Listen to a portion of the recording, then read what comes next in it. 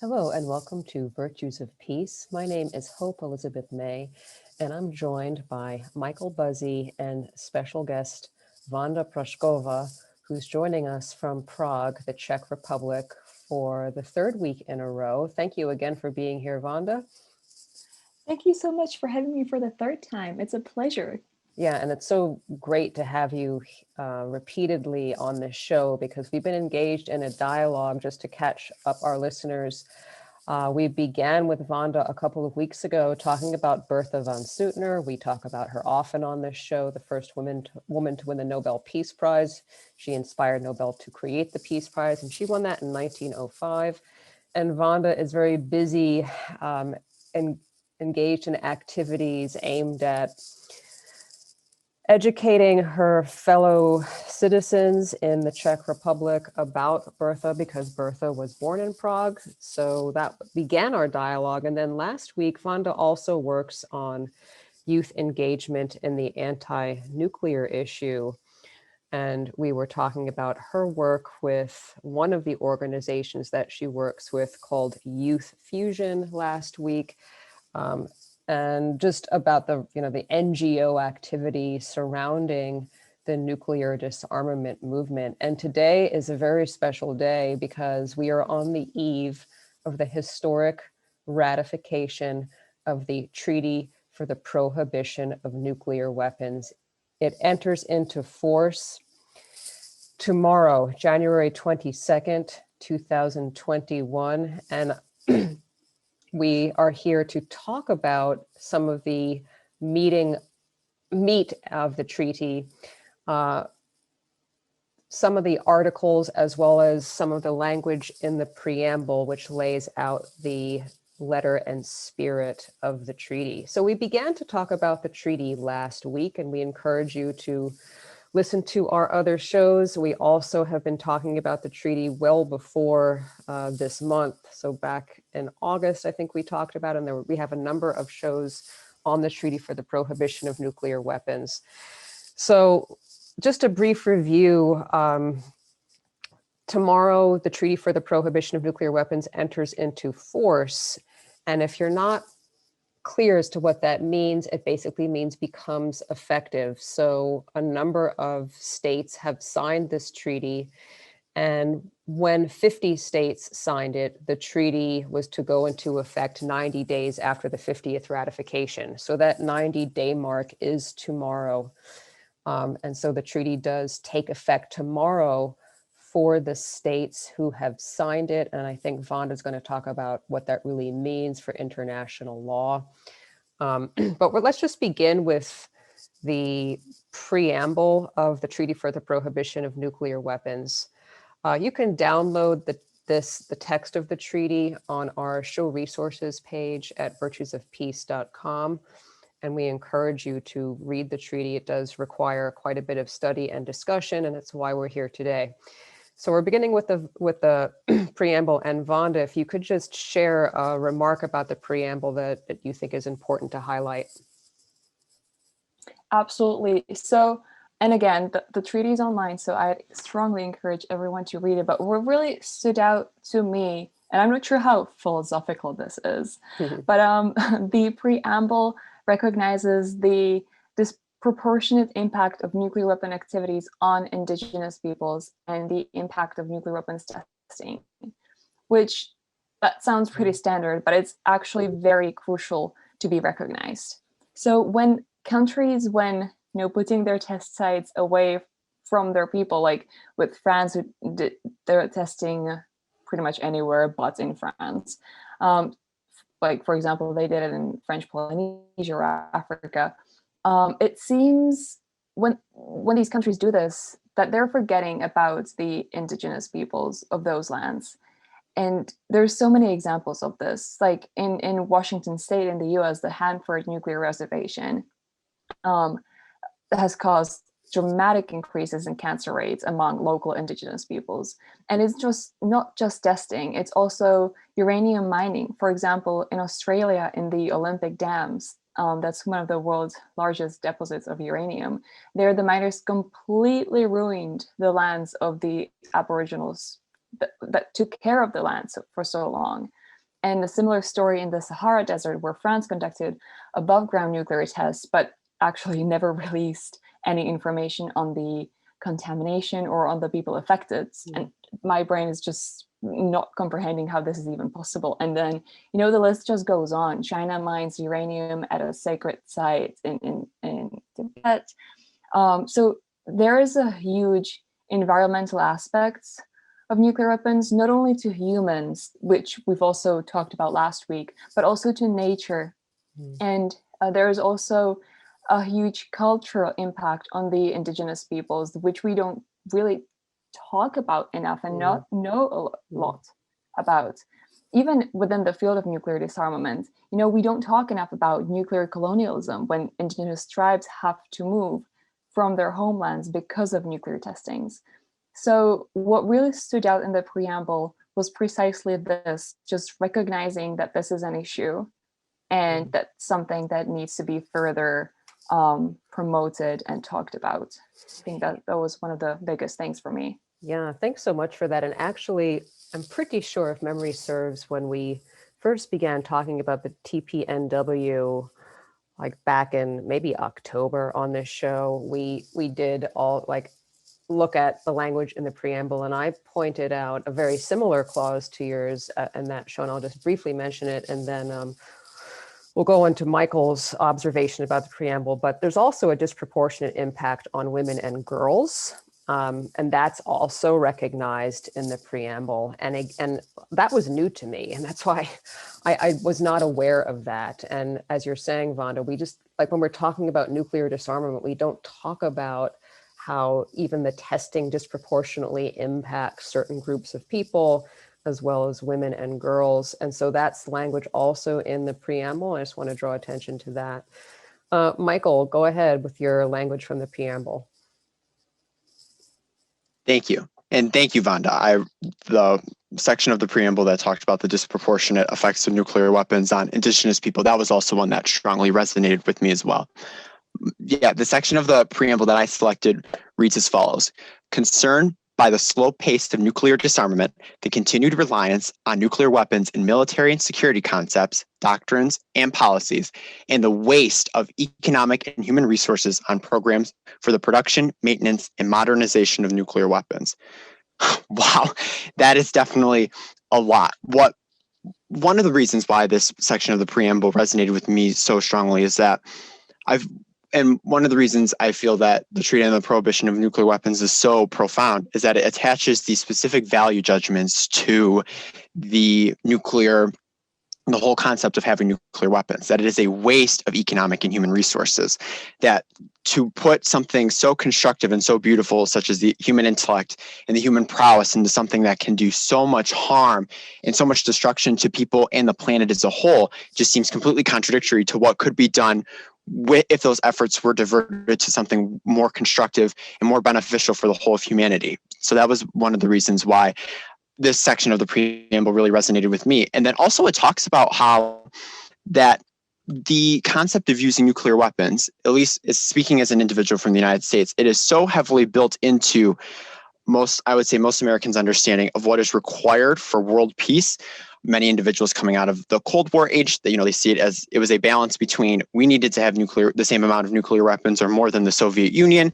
So if anything, no side would then want to act first, because then it would be mutually assured destruction for either side, inevitably then the whole world as a whole. And that fostering an environment of international relations in the 21st century, I do not believe needs to be built around this concept of fear, this concept of annihilation, this concept of that we must dominate instead of working as a global community to better all of the problems we face in our current times. And I think this treaty does so much in absolutely changing the discourse and dialogue of what is possible, because I think many individuals in the United States are just not aware that there are other ways to go about fostering peace that does not involve deterrence. It can using more constructive methods such as dialogue, and using more constructive methods such as dialogue and mutual goals that will ensure all of humanity can advance together instead of just this cloud of fear that, the thing preventing us from annihilating the whole of the planet is knowing that the other side can do the same. And I just felt that it really made me come to understand all the more prowess about this treaty, and just changing the very way in which individuals go about understanding and thinking about how the world can function in the 21st century. May I just add something on this? Please. Just as Michael is speaking, because you've cited from the treaty and it specifically says the slow pace of nuclear disarmament. And I think this is not something completely relevant to the treaty, but just hang on with this.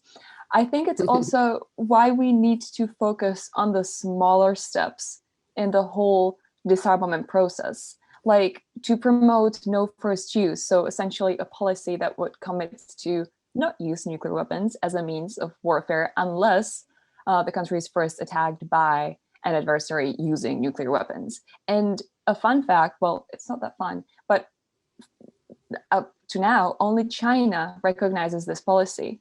And India, I think, maintains it with an exception for a response to chemical or biological attacks. But all of the other nuclear powers maintain policies that do permit first use. So implementing no first use policy would be a huge confidence building measure. And it'll make nuclear weapons so much more irrelevant. And this is sadly something that I'm missing. And I don't want to say I'm missing it in the treaty, but it's just in the general ICANN narrative. This is great that we have this treaty, but just to mention that there are other ways to get us at least a bit closer to the goal, and they shouldn't be neglected. But that's just something that just with the slow pace of nuclear disarmament popped into my mind. Yeah, I really appreciate that. And I'll just also add that,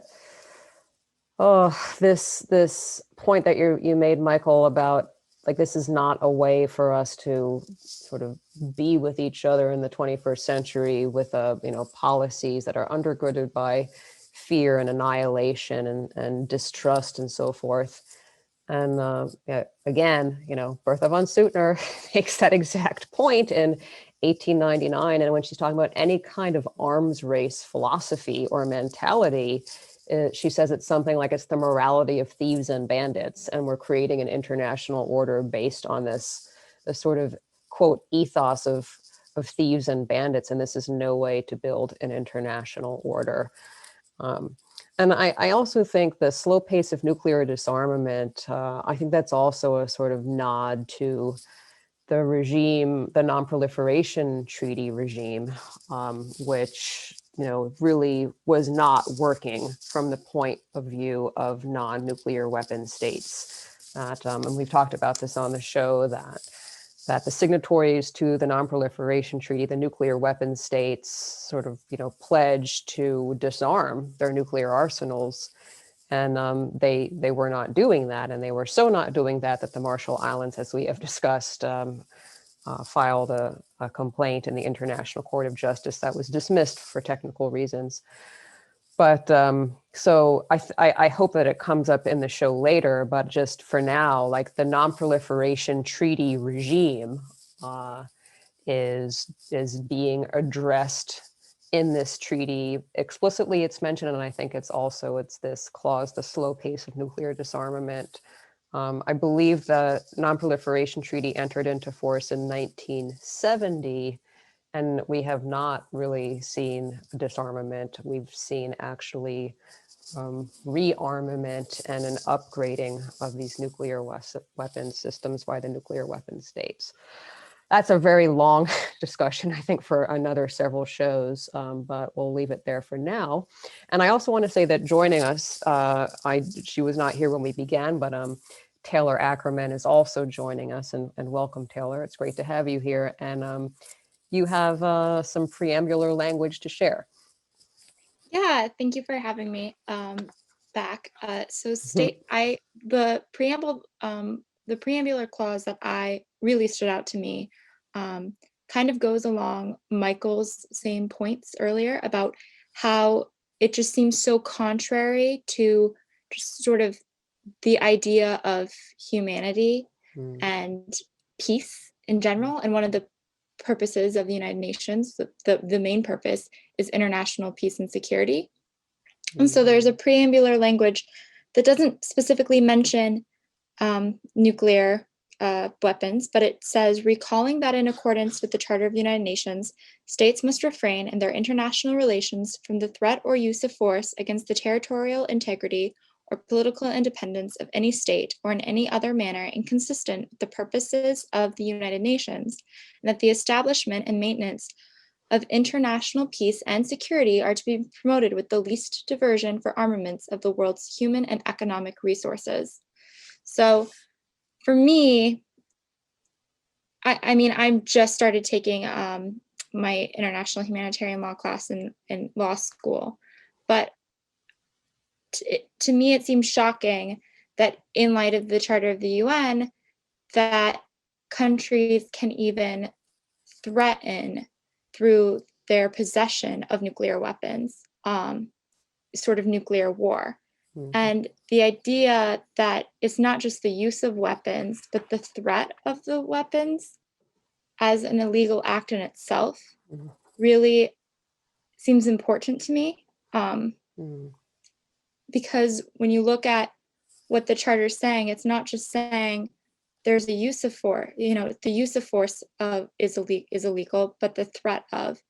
And to me, I know this is debated, but to me, nuclear weapons, the presence of them is a threat in itself, given the arguments for them are usually based on deterrence. And so clearly, as Michael was saying, the use of these weapons, even in a deterrence capacity, goes so contrary to the purposes of the UN that I can't see how it fits with the treaty or how it fits with the Charter. Yeah, I think that's a really, really great point, that there's like this fundamental contradiction here. Does anybody want to add to that? Yeah, I think this whole point of security, I think you can just sum it up in a very basic human sense as well. Like, wouldn't you feel more secure locking arms with your fellow man than in a volley of fists? You know, I think the sense of security, having this very toxic and negative and mentally, I would say, exhausting fear that, you know, security needs to be this very outright aggressive thing is, as we've just been saying, and as Taylor was saying as well, it's just very contrary to what, you know, we all envision humanity being. And I think having that mindset of security can be, you can feel secure in fostering relationships and working towards common goals with each other is just fostering a way better environment. And having those values of like kindness and humanity, I think it's a more healthy bed of soil in which to grow an effort than in anger and violence. Mm-hmm. Yeah, I think I'm trying to be positive here. I'd like to believe that this is slowly changing, though, and just in light of the pandemic, just to see how our priorities have been shifting really from military security into human security. So I would like to believe that just the general view of how we sense security and how we view it should and is likely to change. Mm-hmm. Yeah, and I think we made this point last week, and I'm going to say it again, that another contributing factor to our shifting view, or should I say evolving view of security, is the political empowerment of women. Having women have a political voice, both domestically and internationally, is changing the discourse about security as well. Awesome. My sentence from the preamble is as follows. Considering that any use of nuclear weapons would be contrary to the rules of international law applicable in armed conflict, in particular, the principles and rules of international humanitarian law. And I'm pretty sure, Vanda, you made this point last time that, you know, you talked about the 1996 International Court of Justice advisory opinion also has in that title the advisory opinion on the legality of the threat. There it is again, the threat or use of nuclear weapons. And in that opinion, the majority of the court said, look, the facts do matter. They do matter in a case that concerns the survival of a state. We're going to reserve judgment here. And to me, some of us have legal training that's a sort of like, this is a fact-driven inquiry, that it all depends on the circumstances. I just want to read like one quick sentence that the United States filed in the International Court of Justice opinion of 1996. So that's 25 years ago, that opinion. The United States, of course, took the position that these weapons are not inherently illegal.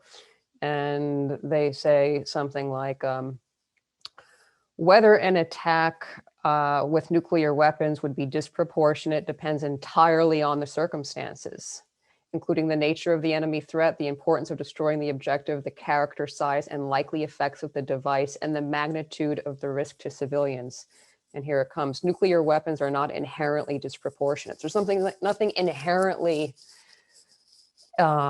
inhumane. There's nothing that violates humanitarian law inherently about these weapons. That was the view of the United States. I don't know where we're going to go now, but that's not the view of the Treaty for the Prohibition of Nuclear Weapons. I think this is a huge change. And Vanda, you pointed this out last time, that it's categorical. It's like under no circumstances. It's contrary to the rules of international law, and it's contrary to the rules of international humanitarian law.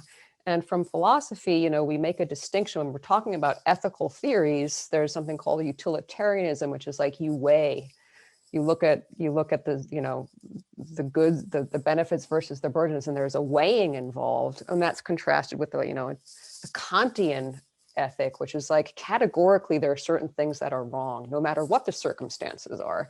And this treaty is taking that latter Kantian position, that this is like never legal, and we're going to talk more about it when we get into the articles. But I just think that's really major, and it's also a reason why some states, are not signing on to it, because they see that this is changing the interpretation of the law. I also want to say that, we have on this podcast used the phrase of Shinzo Hamai, the first elected mayor of Hiroshima after the bombing, and he called in his address a revolution of thought, that we have to totally change our way of thinking. And I think that the clauses that we're pointing out in the preamble are highlighting that. We're changing our way of thinking about security, and we're changing our way of thinking about just these weapons, that they are categorically wrong. And for me to wrap my mind around it, it's like, if you can think of the most horrible act that we all agree is horrible, like child molesting, it's like, it's just never there's no facts and circumstances that are going to make that right. And that's the kind of judgment that's going on in this treaty, and that's the sort of value of the treaty, that it's time to stigmatize these weapons. They're categorically wrong. There's no set of circumstances or facts that could enable them to be justified, etc. So that was my sentence in the preamble that stuck out to me. And when we talk about the articles, I think this theme will come up again. I open it up to anybody who wants to comment on that. And if not, we'll go ahead, Vanda. Yeah, no, you were just touching upon the exact one thing where I don't want to say an issue with the treaty, but just where I see how it can get very tricky. Because yes, the treaty, thanks to the treaty, we can now say that using nuclear weapons, even in an extreme circumstance of self-defense, is also illegal. But it is also illegal only for the 51 state parties, or any states that will accede later. Nice. So my question, and I have absolutely no answer to this, but what do we do with the nuclear powers that have not signed or ratified and will not accede? How do we change the narrative there? And like for that question, the treaty is just not, I don't see a solution there. And if I just may add one thing, it can be even a bit confusing. And that's why I have such mixed feelings about it, because the campaign is creating a bit of a confusion, especially among those who are not well educated on how the treaty works. And especially in the US, I've talked to so many people who, after seeing the words or sentences like nukes are finally illegal, they think that America will now miraculously start to dismantle its nuclear arsenals. But that's simply not true. The treaty is in no way binding for the nuclear powers. So in this aspect, I'm afraid it isn't really changing much, sadly. But yeah, no, this is just this is where I get lost with the treaty. Yeah, thank you for that. And yes, the whole idea, the narrative that this is a nuclear weapons ban is a bit overstated given the way that international law works. However, it's a norm. It's a norm that is being stated, being heard, and we're thinking about it. And I couldn't help, but recall in this country, so slavery is an abomination. Okay, it is just unacceptable. There's no factual, you could never justify it. However, when William Lloyd Garrison in 1831 issued the very first issue of his newspaper, The Liberator, he was ridiculed, attacked, assaulted. People laughed at him, but he had this idea that this is just really wrong. And I think that we're still, like that idea, this is 1831, where he publishes this way before the Civil War, 30 years before the Civil War. His vision is still being realized. We still have not come to his vision. We still have not come to the vision of a truly interracial democracy in the United States. Even when, and even if all countries ratify the Treaty for the Prohibition of Nuclear Weapons, as we all know, implementation is always tricky. And so even in this country, we talked about Juneteenth, and the states were free, the slaves were freed, and those in Texas still had slaves. And so the National Guard had to march in and say, you didn't get the memo. And so my point is, it takes a long time for a norm to trickle down into the actual consciousnesses of people. And that's what this treaty is doing. And I think the ICANN campaign, although it's overstating it a bit, as you said, Vanda, it's like there's something really dynamic about this campaign. This is a campaign of young people all over the world. And there's something like just very sort of exciting about the energy in it. And my belief is it's kind of a no-brainer for the reasons that Taylor said. It's like, if we're really serious about, peace and human dignity and human rights, this is like a no-brainer, and consciousness will awaken and evolve, but it takes time. How specifically do we change the mindset of the nuclear weapon states? I think one person at a time. One conversation at a time. And yeah, I'll stop there. No, I couldn't agree more. Like when you're saying the great things take time, even, before TPNW, nuclear weapons were the only weapon of mass destruction that were not subject to a comprehensive ban. I think biological weapons were banned under the Biological Weapons Convention in 1972, I believe. Then chemical weapons in 93, and the list goes on. So it's rather sad that it took us 75 years since they were first used to have a comprehensive ban in force. So in this way, it is very exciting, and we have waited for quite a long time for this. And actually, really in the fall, when there was a bit of rise in the number of states ratifying, it was so great to just on social media, on Instagram, people celebrating the separate countries joining in and discussing the issue of nuclear weapons, even the people that would otherwise probably not really care. So you're absolutely right that ICANN is bringing a great level of awareness to the issue. And you are absolutely right that it is changing the narrative, which is amazing. I'm grateful for that. Yeah, and this point that like nuclear weapons are the only weapon of mass destruction to not be banned. I mean, that right there sort of defies logic. And you know, as we've discussed, you know, the early Hague peace conferences, they're banning poisoned arrows and exploding bullets, and that was a sort of shocker to me.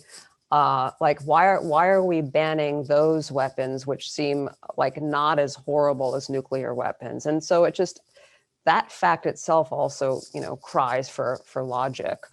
And again, it's like people aren't aware of it. But I think when people do become aware of these facts about the legality of nuclear weapons, about how they actually work, it's just like a no-brainer.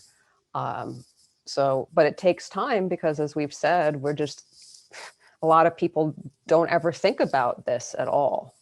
And yeah, ICANN is changing that very much. So anybody else on this point? I would just like to second and say that I completely agree that the excitement and the energy, especially on the eve of the treaty entering into force, is so profound. And even to, you know, be able to Google search the treaty and to see news articles about high-ranking individuals from Pope Francis to other state leaders discussing and urging the world to move towards ratifying, other nations moving towards ratifying this treaty is so very exciting. And I hope that through many different efforts that this momentum continues and we eventually do reach a time in place, whether it's another 75 years from now when they have truly been eliminated off the face of the earth. Cool.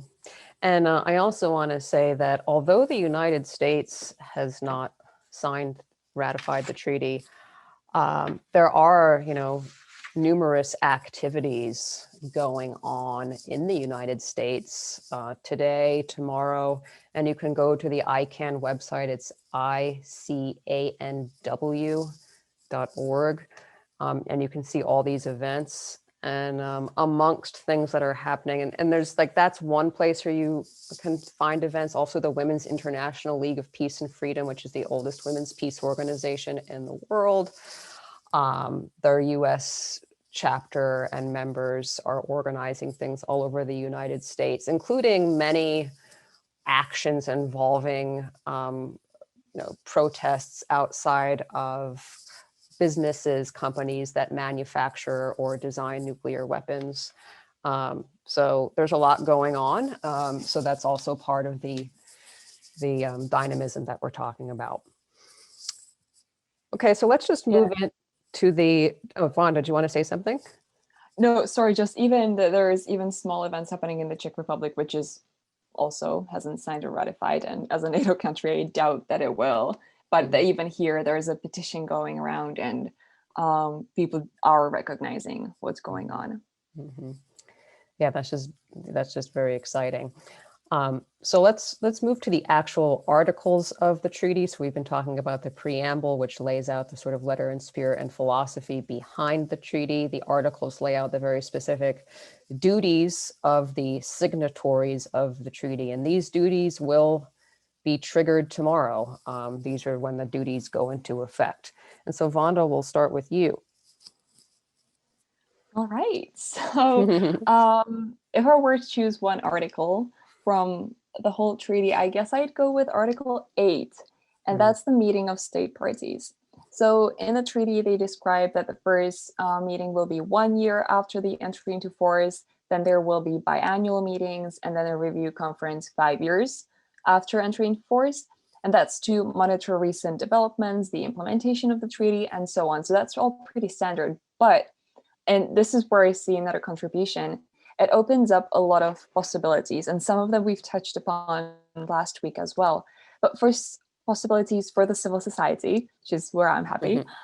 So for example, the NPT review conference, there the civil society has a good chance in presenting their programs and solutions to the participants. Just this past year in 2020, before the conference got postponed, I was supposed to co-organize 2 events for the NPT, 2 side events. one on behalf of the Move the Nuclear Weapons Money, and then one on behalf of Youth Fusion to bring in the youth voices.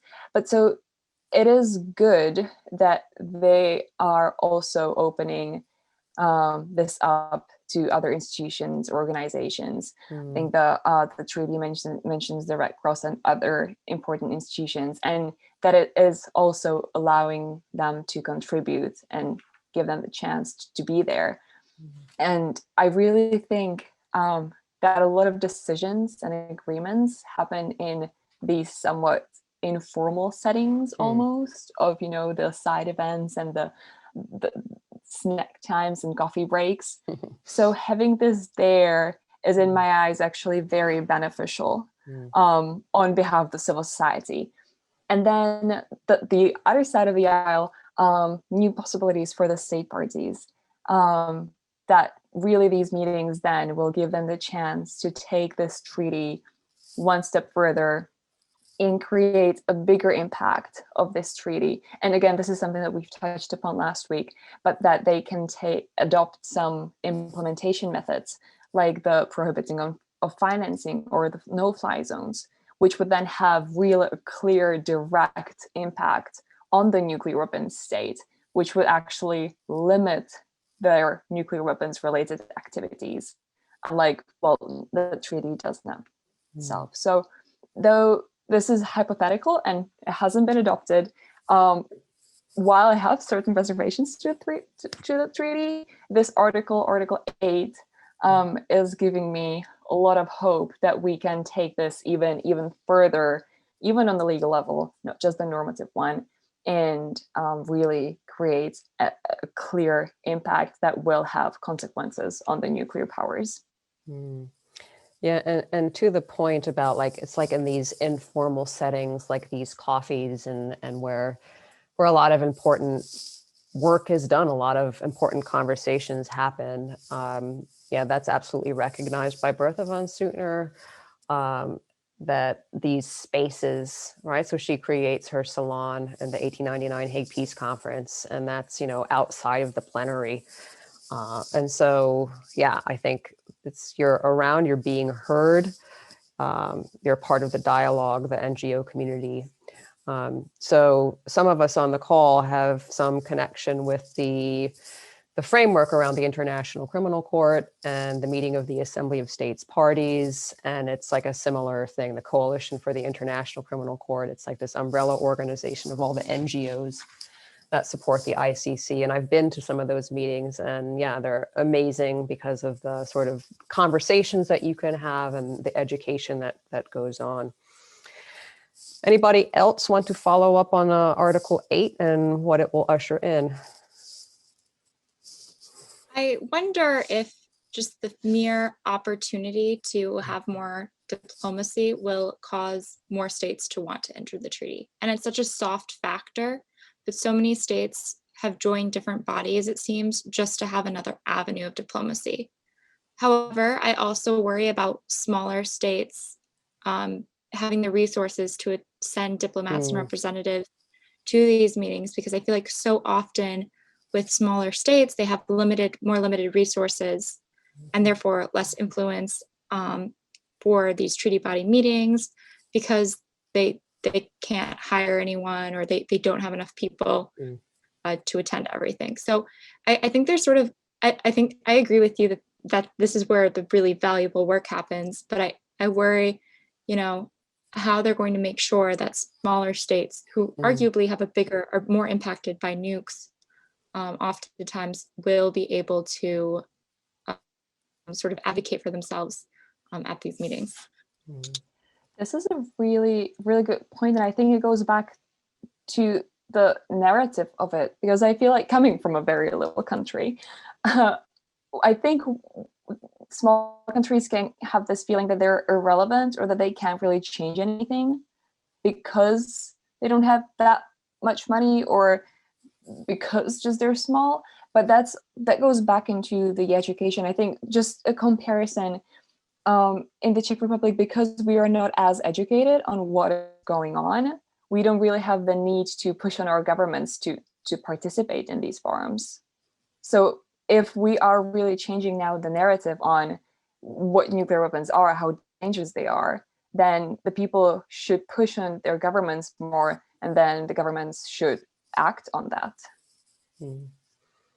Cool. And I just want to add also that this distinction in governance, that, you know, some states are like have a democratic process and some states are more autocratic.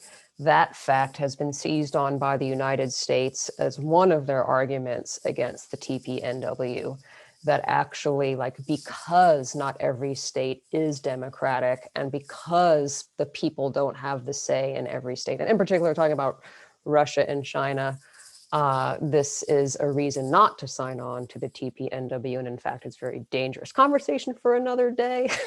We can't solve it all here, but you know, point well taken. And I'll just move on to my article, which is very similar to the provision of the preamble that I talked about. And this is Article 1. And Article 1, like the sort of heading of it is prohibitions, and there's a number of subsections to it. And I'm focused on subsection E. So 1E, which says each state party undertakes never under any circumstances to assist, encourage, or induce in any way anyone to engage in any activity prohibited by a state party under this treaty. And then earlier in that prohibition article, they talk about you cannot develop, you cannot test, you cannot produce, you cannot manufacture, otherwise acquire, possess, or stockpile. So as I said before, when I was talking about the preamble, this is like never, never, ever, ever. And the assistance clause, I think, is really interesting because, as I mentioned before, and as you mentioned last time, Vanda, you know, these businesses involved in the design and manufacture of nuclear weapons, that means, like, you just, as a business, you can have nothing to do with this. You can have nothing to do with this. So this is the, like, if you interpret assistance this way. So if I'm designing nuclear weapons, and I'm, you know, my state is a party to this treaty, I can't do that anymore.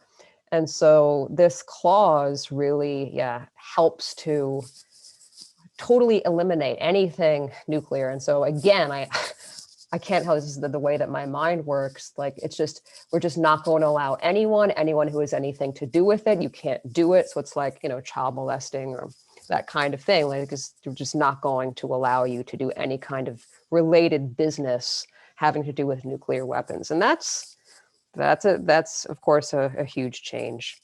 Anybody want to speak to Article 1 prohibition or 1E, you know, you can't assist, etc. It's pretty clear. So, okay, so Michael, you have Article 6, I believe. Yes, Article 6's heading is victim assistance in environmental remediation. And in the treaty itself, this is a very small article. It is 2 points outlining how nations, and Vanda and I kind of had a discussion about this during the last show in the context of Kazakhstan, of where does nation responsibility lie when your nation was affected and you've signed on to this treaty, but the nation that perpetrated the nuclear testing against you and has caused all the harm to the environment, where does that responsibility lie if they then haven't signed on to it? But I would say the reason I picked Article 6 is because I believe it helps that the TPNW also in this article recognizes that, and it is also touched on in the preamble as well, that the other major cause facing our time is the climate crisis. And the nuclear issue is also a climate issue. And because these weapons have the capability of literally poisoning the earth and all the inhabitants and life that exists in areas where these bombs go off.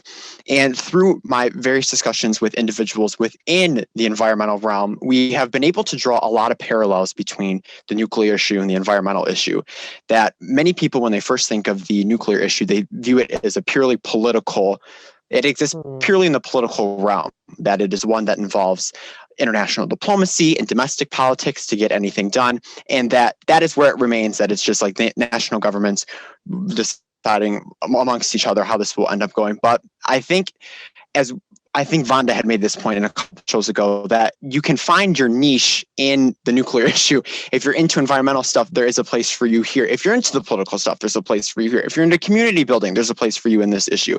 So the sheer broadness of it, I think, also speaks to the urgency that is needed to disarm them, just from the sheer amount of destruction that can be caused by having these weapons. And I think on the flip side, the environmental issue is in the climate crisis is also more than just a purely reduce, reuse, recycle ordeal. It is one that involves community sustainability, community development.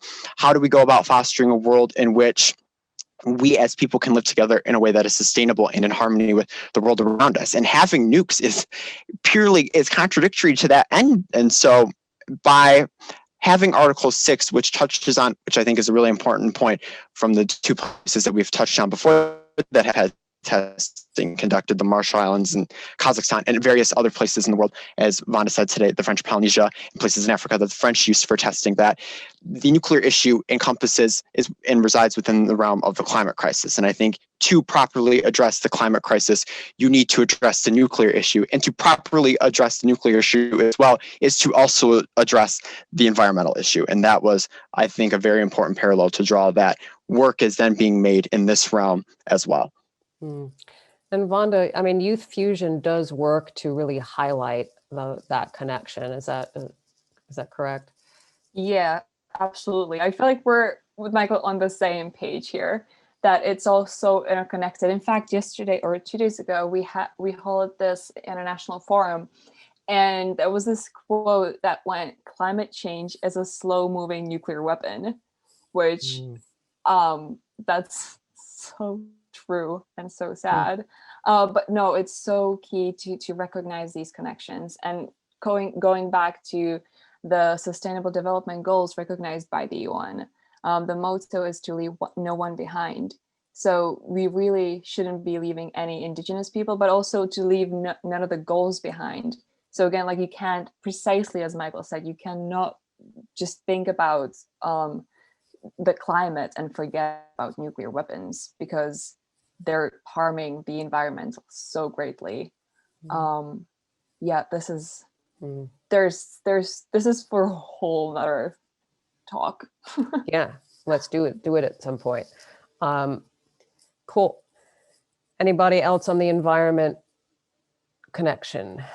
So Taylor, you have Article 7, I believe. Yes. And the specific clause 6 that I want to talk about, actually addresses state party duties for the purposes of victim assistance and environmental remediation to affected state parties. And there are several interesting things about this clause. So it says, without prejudice to any other duty or obligation that it may have under international law, a state party that has used or tested nuclear weapons or any other nuclear explosive devices shall have a responsibility to provide adequate assistance to affected state parties for the purpose of victim assistance and environmental remediation. And the first thing that really sticks out to me is the idea that there's a duty, and it comes right after Article 6, which Michael just discussed. And it sort of reminded me of if there's a right, there is a duty. And there's also consequences to these nuclear explosive devices and nuclear weapons. So although the state party, the US isn't a state party, and we don't really have this hold on nuclear powers with the treaty, hopefully, as we discussed earlier, this becomes sort of a normative framework, and it can help be used by advocates to sort of say, well, states have duties, right, to the victims of their nuclear weapons programs. And I also think the word victim to me really emphasizes the human element of these crimes. It's not really a crime against the states. I mean, it is a crime against the states, but it's also a crime against the people within the states. And so I know victim assistance is often collective, but to me, it really emphasized, like, this clause, that what states are doing has consequences for people, and that states need to, own up to those consequences and provide assistance to states to be able to ensure that their their victims and their environment are, not, or basically remedy the problems that they have created. Yeah, and this treaty, I think ICANN began working on this treaty in 2007. Okay. And at that time, there was like there's a shift in the discourse about nuclear weapons, and the focus was on, as you're pointing out with like this word victim, the focus was on the humanitarian, that's the language, the humanitarian consequences of these weapons and the disproportionate impact, the indiscriminate nature of the weapons, et cetera. And that's a sort of philosophical shift on these weapons. And I think that, the article that you're talking about and your sort of gloss on it is underscoring that this is really about human beings, also about the environment, as we've been saying, and that if we focus on the impact to actual human beings, it's sort of a no-brainer that we have to get rid of these things. Anybody else on that point? Yeah, I just quickly like to commend South Africa as the only country that built its own nuclear arsenal and then dismantled it, for really standing up and cleaning up its own messes. That's absolutely phenomenal in my eyes, and they've ratified. So I just wanted to mention this year, and I know we've mentioned it last week as well, but Here. Thank you, South Africa, for leading the way. Yeah. All right, so and also just go ahead. Just showing that it is possible to get rid of its own nuclear arsenal, dismantle it, and then try to move on now. It's a really great example. And again, I don't think we talk about that enough. No, we don't. So yeah, it's, I can't remember if it was on this show that this point was made, but it's expanding our moral imagination, right? That when we see South Africa do such a thing, that sort of shows us what's possible, and that affects how we can imagine ourselves, etc. Cool. And to round out the show, we're coming to an end. We just wanted to highlight, there's a lot, right? The treaty is a lot. We could spend several shows just talking about the Non-Proliferation Treaty versus the Treaty for the Prohibition of Nuclear Weapons. We have not gone through all of the preamble. We have not gone through all of the articles. So we've only highlighted some things. But the other thing that there's a lot to digest is the website of the International Campaign to Abolish Nuclear Weapons. You can access it on our show resources page and, roam around for a little bit. And so we just wanted to go around and share some things that stuck out, highlight some things, and we'll start with Taylor. So there's a briefing on the website on emerging technologies and nuclear weapon risks, and it's not that long, but it highlights some very concerning points about why we really need non-proliferation and the risk of nuclear weapons in light of sort of new developments and new reliance on artificial intelligence and machinery in the nuclear weapon space. And so I had always conceived of the sort of the problems with technology and nuclear weapons to being, hacks or whatnot. But as we have begun to rely, and as different military programs rely more and more on artificial intelligence, we start to rely as humans more and more on these technologies to make our decisions. And fortunately, we've been in a case where humans have been involved in, sort of nuclear weapon decision-making type things, because there's still some humanity that exists.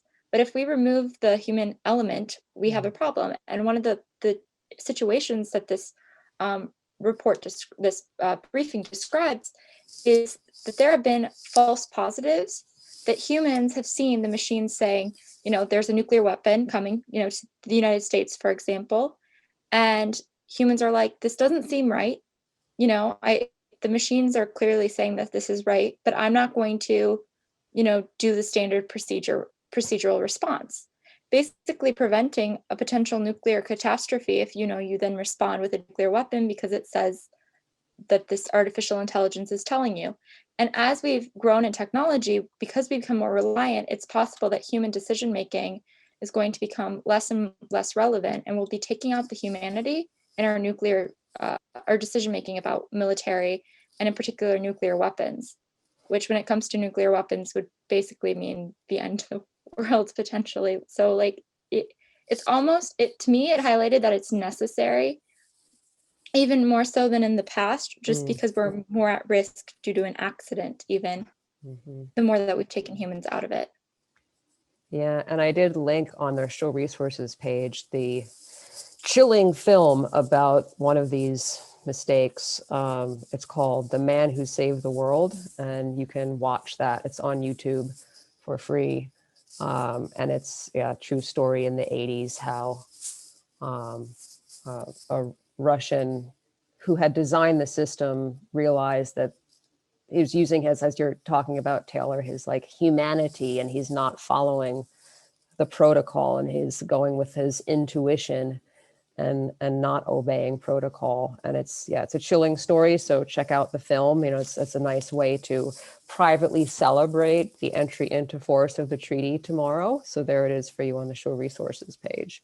Anybody else want to speak about that, like the reliance on automation and AI? And Vanda? Just a quick comment on the movie. I'm a big fan, and we've actually done a couple of screenings with Youth Fusion and Pragvision and other organizations. The saddest part from the whole story for me is that after that happened, after he legitimately saved the world, he got kicked out of the army, and he spent the rest of his life pretty much alone and without any recognition whatsoever.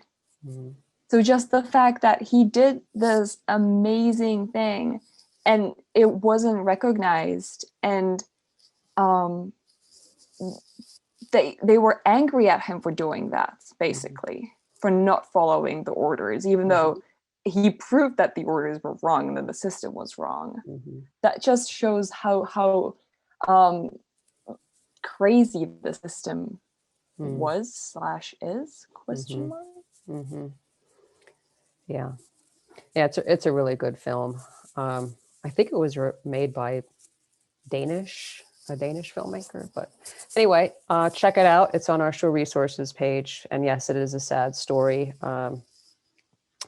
Say like a similar thing happened to Oppenheimer, who designed the nuclear weapon. He started to speak out against it, and he was ostracized by the US government. So Michael, go ahead with what's interesting about the ICANN website to you. Yeah, and then thank you all for talking about like the Stanislav Petrov story. I think if anything really exemplifies and personifies the absolute madness of nuclear weapons, that it literally came down to one individual who I think you could rightly say saved the world from utter annihilation, it would be that incident. So no, definitely go check it out. But yes, for me, what my favorite, or one of the parts of the ICANN website, which I thought all of it was absolutely amazing, and I would encourage anyone interested in finding maybe an entry point into this issue in which to educate yourself, or you just want to learn more, to go check out the ICANN website. There's a lot of really great resources and information on there. But one of my favorite sections of the website was the one that highlighted the 9 nuclear nations, and this is a point that we have, I think, reiterated in the series before, but as we have also said before, it takes multiple passes to truly come to understand something. And so then if this has been reiterated, allow this to be another pass. But I think, as Vanda has said and others, that people really aren't cognizant of how many weapons really are out there. And so I thought the section that talked about the 9 nuclear armed states had a lot of really awesome visuals to just show you how many weapons there truly are. And according to the ICANN website, there's 13,400 warheads in the world. And I also found it really illuminating because many people don't think about nations hosting nuclear weapons of the United States. And so nations such as Turkey, Italy, Belgium, Germany, and the Netherlands all host more than upwards of 20 nuclear warheads of the United States is. And so just to show you how far reaching these weapons are and where they are embedded in the world. And I think for anyone who was not cognizant of this, this is a really stark visual to show just how many warheads there actually are. And there was this, one of the scientists, Carl Sagan, from the 1980s, when they were discussing the possibility of nuclear winter, and he had this really great analogy of, like, think of the world as a room doused in gasoline, and one side has 2,000 matches and you have 2,000 matches, and each side is concerned with who has more matches, when in reality all it takes is just one match, and one match equaling one nuclear weapon. And it just shows that for there to be over 13,000 is just utterly alarming, and it just speaks to the urgency of why this treaty needs to enter into force, and then the efforts that need to be made to ensure that the nuclear armed states do begin to work to disarm and to eventually completely annihilate all of the weapons that they have in their stockpiles. And Vanda, and if I recall, you talked about on one of the shows how when, you know, young people learn about how other European countries are hosting nuclear weapons, it's kind of like, you know, a wake-up call, and we need to stop that. Am I remembering that correctly? Yeah, absolutely. It's like the sound of a mirror shattering. That's what happens in everyone's heads. No, but speaking of those revelation, when you discover what's going on around you, another project that ICANN's doing is the Don't Bank on the Bomb, which is actually a PAX project, but they're doing it in conjunction with ICANN. And it's basically a research on the private companies involved in the production of nuclear weapons, and also the financiers. So it's a very good resource. And because last week we talked about multi-nuclear weapons money and how individuals can contribute nuclear divestment. So Don't Bank on the Bomb is a really good source of information for further action, such as nuclear divestment. And it's just browsing through their reports, it's illuminating to discover where nuclear weapons are, and you know how many, what Michael is saying, and now you can see what corporations profit from them, and it gets even worse in your head. It's very, very eye-opening. So that is a really good research project to check out if you're interested in this. Thanks for that. And I'll add what sort of stuck out to me on the site. And the site is really great. Again, there's so much information. They did a report in 2019 called Schools of Mass Destruction, American Universities in the U.S. Nuclear Weapons Complex. And they list a number of different universities. One is in Michigan. I'm not going to say which one it is. It's not Central Michigan University. But these are universities that conduct research that supports nuclear weapon systems, et cetera, and at various levels. And the campaign encourages students at those universities to get involved. And so if you're interested in that, and the discussion about Don't Bank on the Bomb and these businesses that we've talked about and universities, the other thing that, the campaign highlights as it's a philosophical issue, it's also a moral issue, responsibility. And that goes back to the assistance clause, right? So you can't assist in any way these systems. And I just think that's a profound point, that the view of responsibility here is very, very broad. So the financing, the profiting, the research, and it needs to be, we need to have a sense of that. There have been other campaigns like conflict minerals and so forth, supply chain ethics, being mindful about where we're sourcing our materials, is, our child soldiers involved, et cetera. And so that kind of mindfulness is being brought to bear on the nuclear weapons issue. And I think that's really great. So at this point, we've been going for about an hour, and we'll just go around and sort of close out the eve of the entry into force of the Treaty for the Prohibition of Nuclear Weapons, a very historic moment in my view. I do, I think I liken it to something like the very first issue of William Lloyd Garrison's The Liberator, because and I have the very first issue. He says, quote, "I do not wish to think, speak, or write with moderation. I am in earnest. I will not equivocate. I will not excuse, and I will not retreat a single inch, and I will be heard." I think so. That's 1831, and I think that this treaty reminds me of that kind of spirit. And so the treaty is making a statement, and it will be heard. And we'll just go around, and we'll start with Taylor, go to Michael, and then end with Vanda. So it's interesting you compared those two, because I was thinking during this conversation that it sort of reminded me of, and maybe this might be an exaggeration, like slightly different, but the Universal Declaration of Human Rights, and how that was non-binding to any states, but it eventually became customary law, and it sort of became this like explosion of basically a human rights framework that people and advocates point to, and sort of has become the foundation. And, this is a very particular topic and a very particular point, but I think this is, although it's only been accepted by several states, if you can get the people to support it, I almost wonder if you can get sort of this normative, like you've been discussing, this normative force behind it for it to become customary law.